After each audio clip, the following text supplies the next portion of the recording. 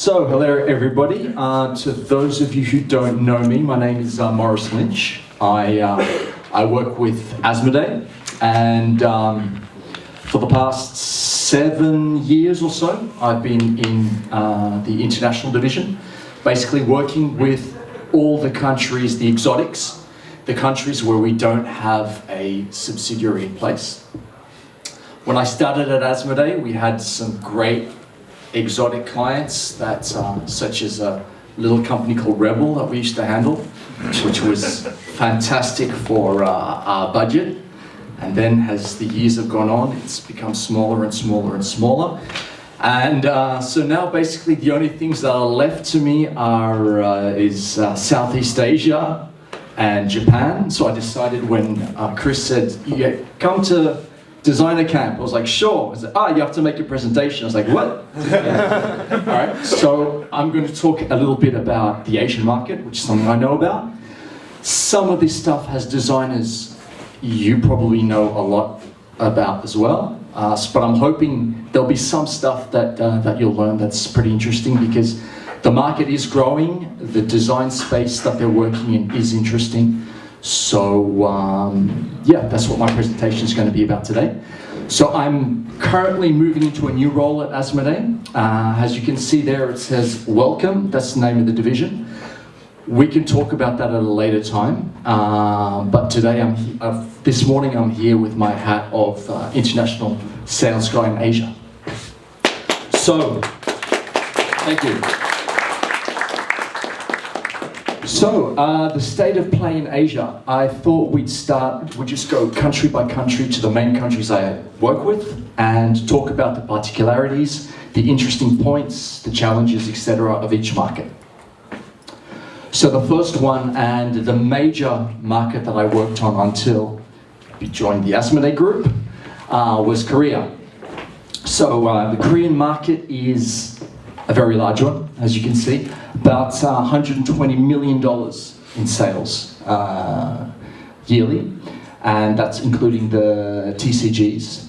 So the Korean market, because it got big quite late, it's the one that's most similar to Western markets. It's very much stuff that's hot in Western markets tend to be hot in Korea. There's very much the culture of the new, so everyone's chasing the new latest game, dropping all the rest. So it's very hard to get that kind of evergreen status and get reprinted. But if you do make it, they're often, for evergreen games, they're ordering about 100,000 a year. So it's important numbers. One of the particularities of the Korean market, and which could be of interest for designers, is that the government strongly sponsors and backs designers and helps fund them. I don't know if that's the case in Poland. Judging by your reactions, I think you're not the same. So basically, the reason why they've done that is they noticed that a lot of young people were playing a lot of online games. They thought it's, StarCraft and stuff rots your brains, so we want to get back to family values, we want to get back to people relating with each other, so they started to put a real push in board gaming. They took all the editors that were very small local editors and said, hey guys, you want to go to Essen? You want to have a booth? Here's money, and we'll send you to Essen, and that was the start of a real boost for the Korean market. And in terms of here, the photo here is at Board Game Festa, which is the main event every year, which is getting bigger and bigger and bigger. And we're seeing more and more local designers putting out games to compete with international titles. One of the particularities about the Korean market is they love the idea of games that help them learn, that help them they can get better at. Not a game that once you rock it, you can move on. Games that have an exponential, you can always get better, kind of like chess. And one of the main ones which we'll go into is Splendor. For Asmodee, that was our big success over there, and it's still going crazy. So any game that has an element which you can either pitch to parents as being educational, developing the mind, making you a better human being, Korean market loves that. And those are the games that do really, really well. So what are we playing specifically? So no surprises on the major titles in the mass market are ones that are copies or, a homage to the classical old ones, such as Blue Marble, which is a version of Monopoly, Gemblo, which is a version of Bloku. But among gamers, the main themes we see are set collection, worker placement, and more recently, story-driven narrative games. And currently, the most popular games among in game sections of hypermarkets, etc., are Splendor, Double, Rummikub, and Ubongo, with Marvel being the big IP that's the favorite IP among Korean gamers. And for the real hardcore gamers, the big successes at the moment are Brass, Arkham Horror, Terraforming Mars, and the newie Arcanova. So I mentioned Splendor before. Here's some pictures for you. The Splendor Grand Prix, 19 to 20,000 people. So it's a big deal. I believe in one case it was even televised. And it's really, it's done by Korea Board Games, Splendor in Korea, the major publisher of the region. And yeah, as you can see from the photos, it's absolutely huge. So basically, the Korean market is one that is, I'd say, the largest among all Asian markets in terms of willingness to publish new games, and definitely has a game designer. If you have a game that you'd like to have open up to the rest of the world, Asia, the major, most likely partner to work with would be Korea. Yes. I have a question because for me personally, you mentioned that the scale of the Korean market is $120 million. Yeah. And I don't know the scale. So can you do some comparison? How does it stand next to, for example, Polish or US market? What's the approximation? Okay, so in terms of comparison to the Polish market, well, Chris, what would you say overall? I have no idea. I no longer trade on Polish market. Okay, well, because the last time I was doing the Polish market, I would say it's at about, it's probably about, at its height, it's about 50% of what the Polish market is doing, all games included. But there is a much stronger representation in the Korean market of gamer games, because just gaming culture itself is not as prevalent. And whereas in Poland there'll be a lot of people that at least have, basic games, Monopoly, classic games like that. In Korea, there's a massive percentage of the population that just don't have any board gaming culture at all. So basically what you're seeing is in all Asian countries you have this same kind of model. You have a very small population of gamers that are buying much more titles than you would see in Europe, etc. You see this notably in Japan, where the population that play games is extremely small, but they buy everything. So to answer your question, I would say that it is a much smaller market than Poland, but with the acceleration year on year, it could be on par with Poland, I'd say, within the next 5 years. Oh, thank you. Yeah.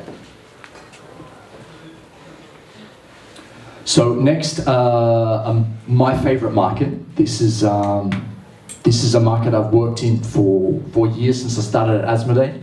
I lived in Japan for 5 years and speak Japanese. That's one of the reasons they decided to give me the the Japanese market, which was logical.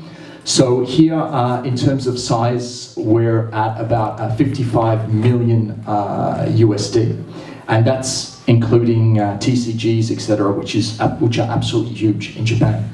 Now, the Japanese market, I don't know how familiar you are with it. It's a very interesting market, especially from a designer point of view, because you have. Has anyone here ever been to the Tokyo game market?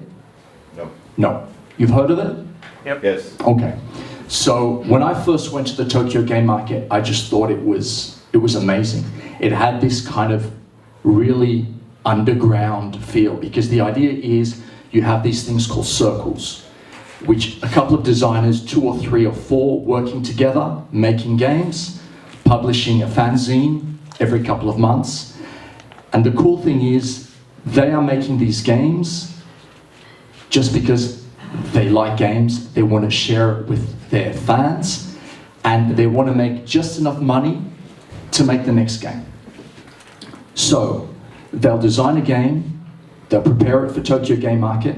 Tokyo Game Market is twice a year, one in Tokyo, one in Osaka, and all of the little gaming circle designers get together, they sell their games at little tables. I'll show you some photos after this. And the cool thing is, after that, the game disappears.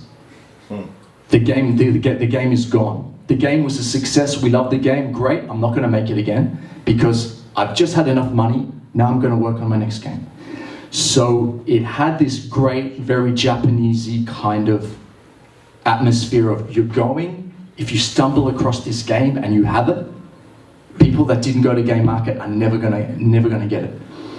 So it's also very challenging for major publishers in Japan because they're importing games which are quite expensive, and they're competing against guys that are just not in it for the money, that are just making a game and selling it almost at cost.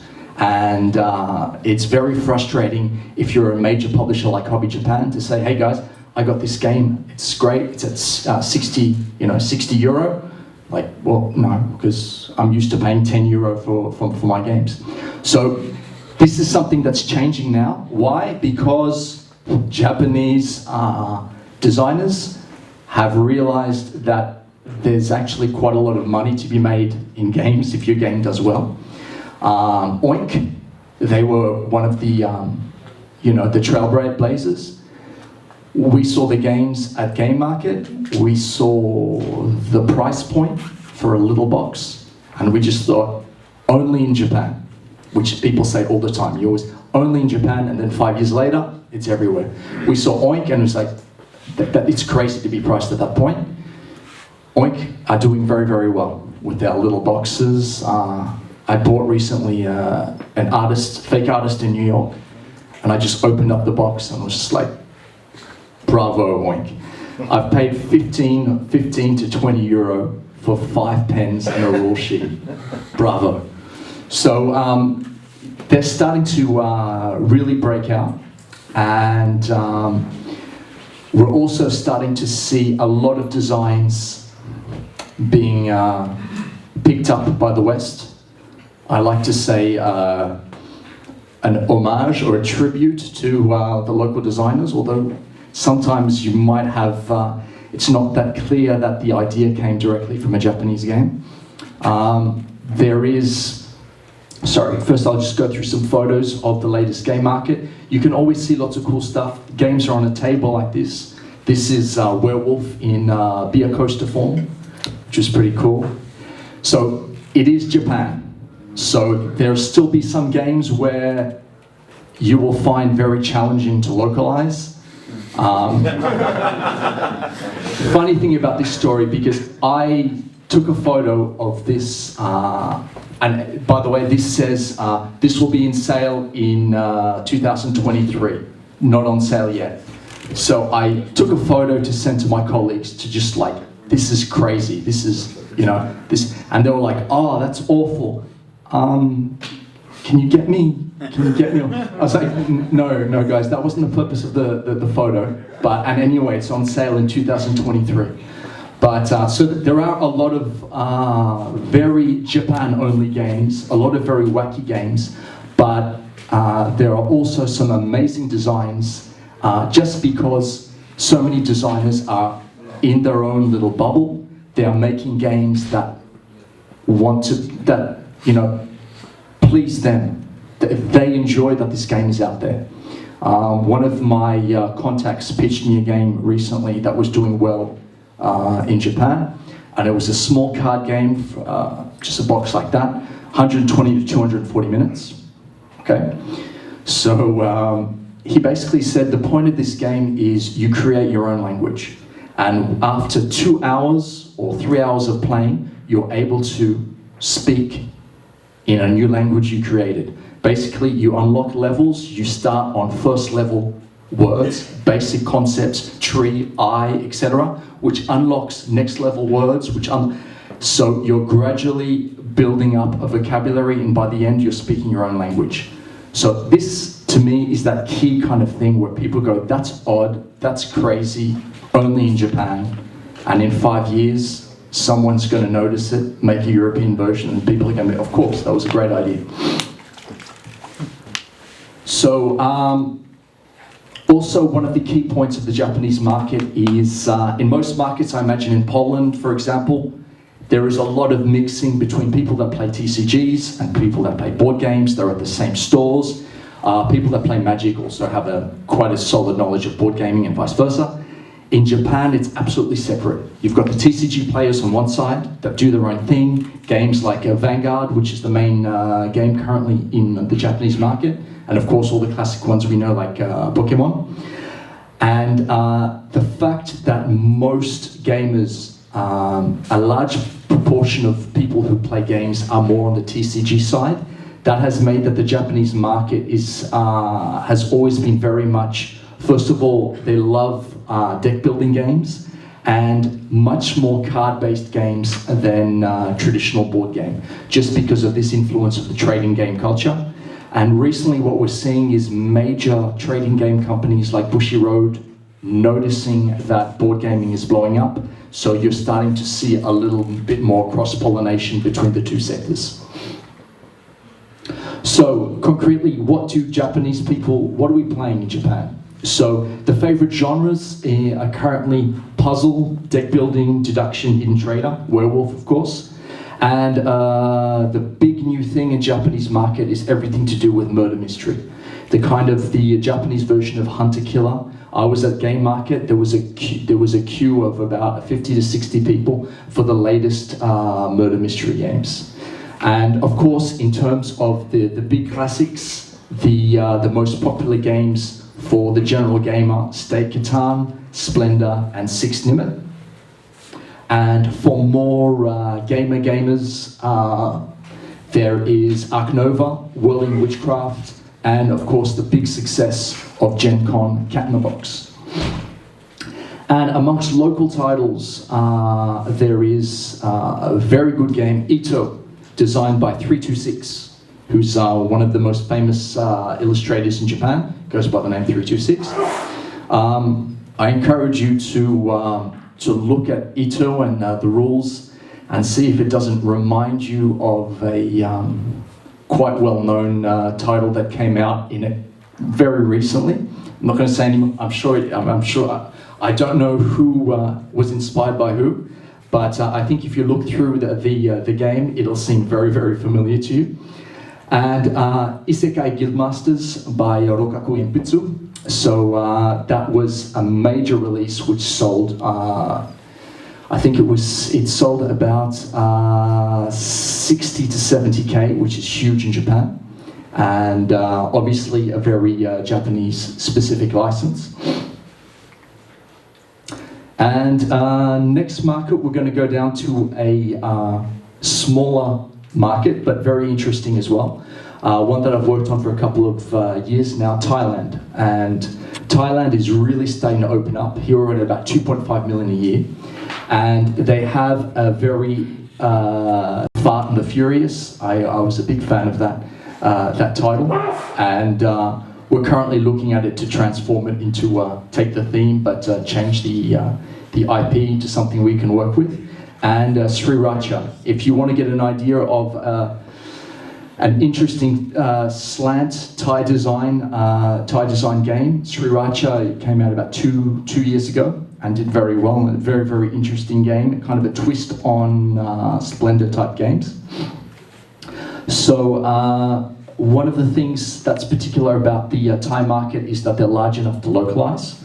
So if you have a game coming out that has an English version, chances are that the Thai market will be able to order in large enough quantities for them to do a Thai version. Large enough quantities, I mean they'll be able to take 1,500, 2,000, which pretty much currently it's the only market in Southeast Asia that can take those kind of quantities. They're really kind of leading the charge.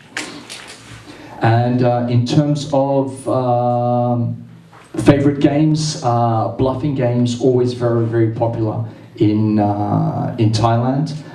Games like Skull, games are also Werewolf doing very well. And Avalon has been doing very well for years, which is kind of a legacy title which keeps on going. And games like Coup, doing very, very well in Thailand. And next we come to much smaller markets, Indonesia, Philippines, and I love it so much I named it twice, Indonesia.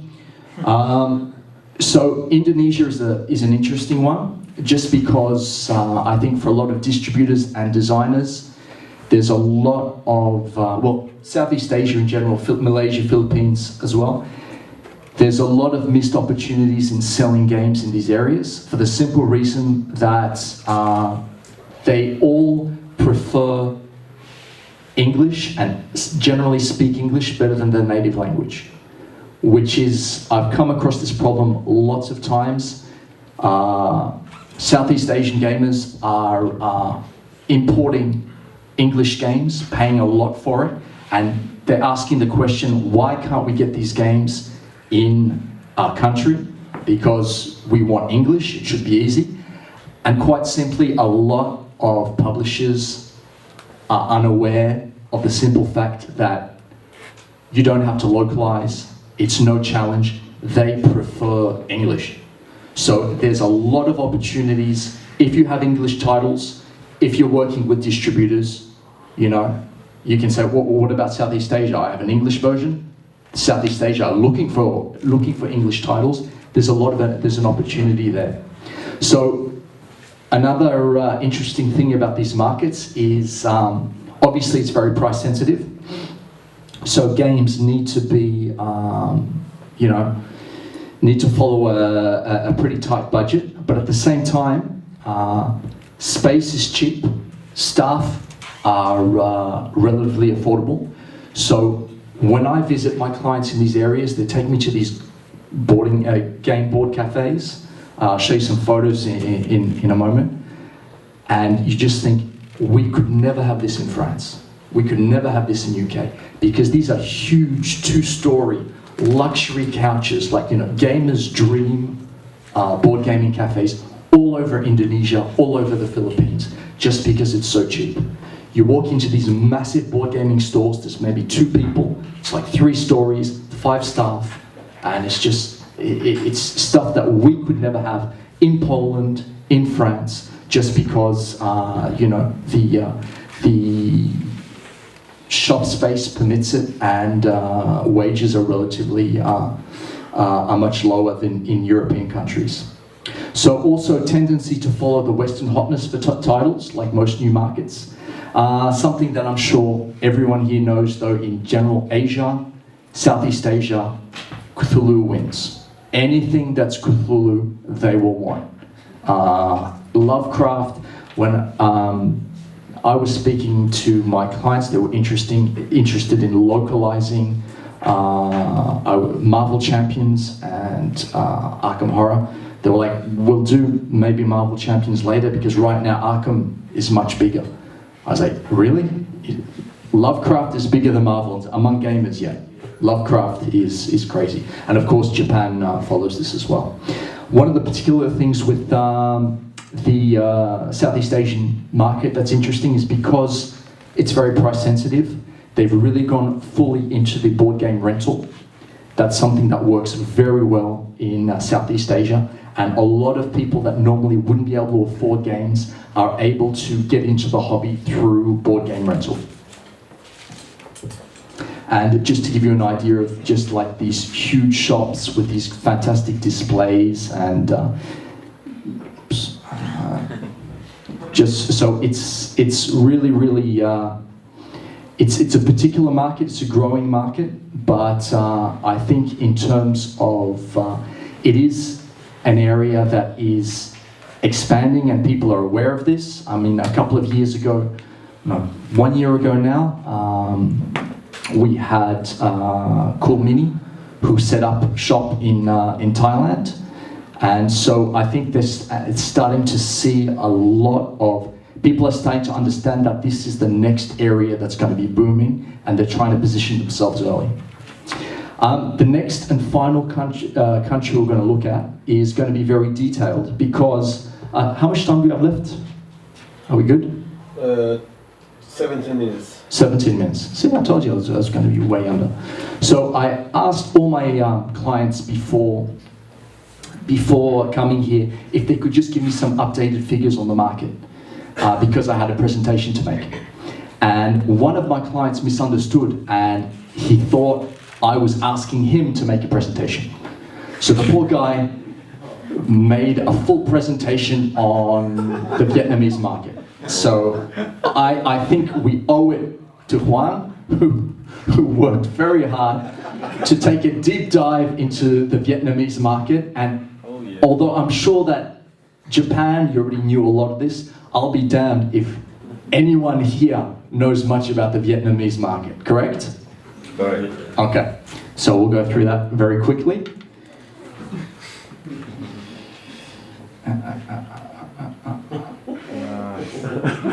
I felt so guilty. He was like, I hope this is all right. It was just like, he's thinking, this guy, oh, by the way, I've got a meeting, I've got a design camp in Poland. Can you just make a presentation for me, like 10 pages? Sure. I'm gonna have to buy him something nice. So this is very detailed. So obviously, I learned a lot from this. So quite a large population in Vietnam. And oops, I don't think that works quite as well. Okay, there we go. So big particularity of the Vietnamese market. When I started to work there, I went to the shops and I looked, and you go to buy a game and they're like, all right, you're interested in Seven Wonders. You want the real one, which is the real one, very nice, or you want the fake. They're both on the shelf. So that's kind of unique. So when we started working with the Vietnamese distributors, we're like, all right, we really want to work. A price? No. No, but they're aware in those markets that basically you have the situation, you have the same in India, you have the same in Southeast Asia. You have people that just want the games and they can't afford the full price. And the middle and upper class that consider it a status thing to have the original version. So both are sold side by side in the shops, and each person takes, the Seven Wonders revisited or the classic Seven Wonders. So I started to look through the online shops, and I was tearing my hair out, and I don't have much. And I said to them, look guys, you're gonna have to get rid of all the fakes if we're gonna work with you. And it was like, they said, okay.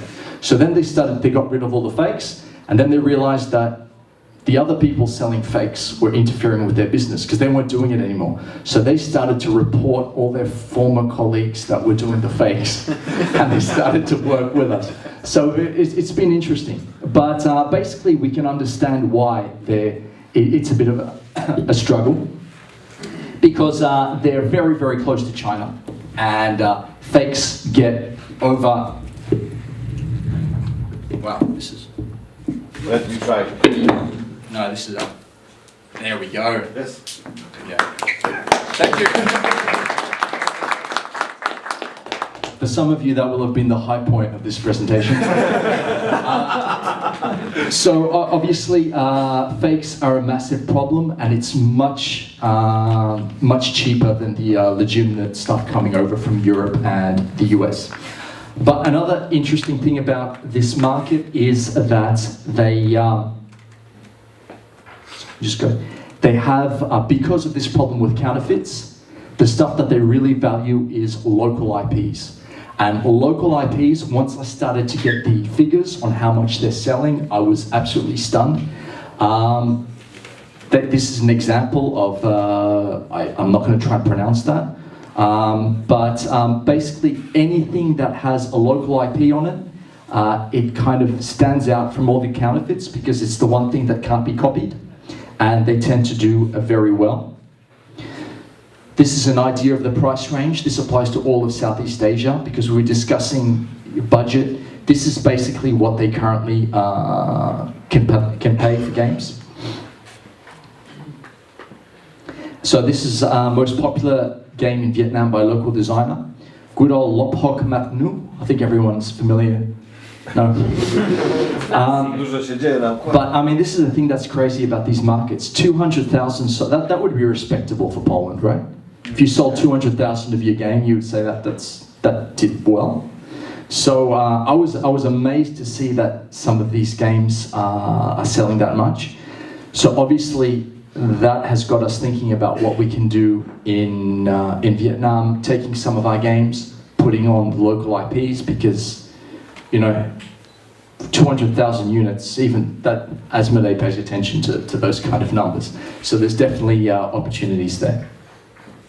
And again, just in terms of, we're seeing the familiar trends, social deduction, bluffing, and hardcore gamers are following very much the hotness on Board Game Geek.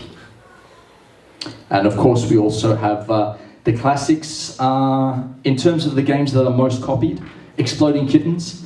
Not only do they copy it, but I think there's about 15 extensions. They've just gone on in their own direction, making their own extensions, and Exploding Kittens discovered that recently, and they weren't amused. And okay, so that's Vietnam, guys. So that's it for the presentation. It was just a quick whirlwind view of the state of the market in Asia. The takeaway points for you as designers would be that, more and more board game designs, Japanese, Korean, Thai board game designers are opening their designs, trying to localize them, and they are also looking for collaboration opportunities. Until recently, it's been a lot of artistic collaborations. For example, Vincent Dutré working on a lot of covers and helping with a lot of the art on Japanese games, Korean games. And recently we're starting to see a lot more direct collaborations as well for games like The Number. And so there are opportunities. There's a lot of exciting stuff coming from these countries just because the design space has been, especially in Japan, relatively isolated, and Vietnam, they've just done their own thing. And sometimes that can lead to games like Cat in a Box, which is, a trick-taking game with only one color. It's kind of, interesting design spaces. And the second thing, in terms of sales of your games, just don't forget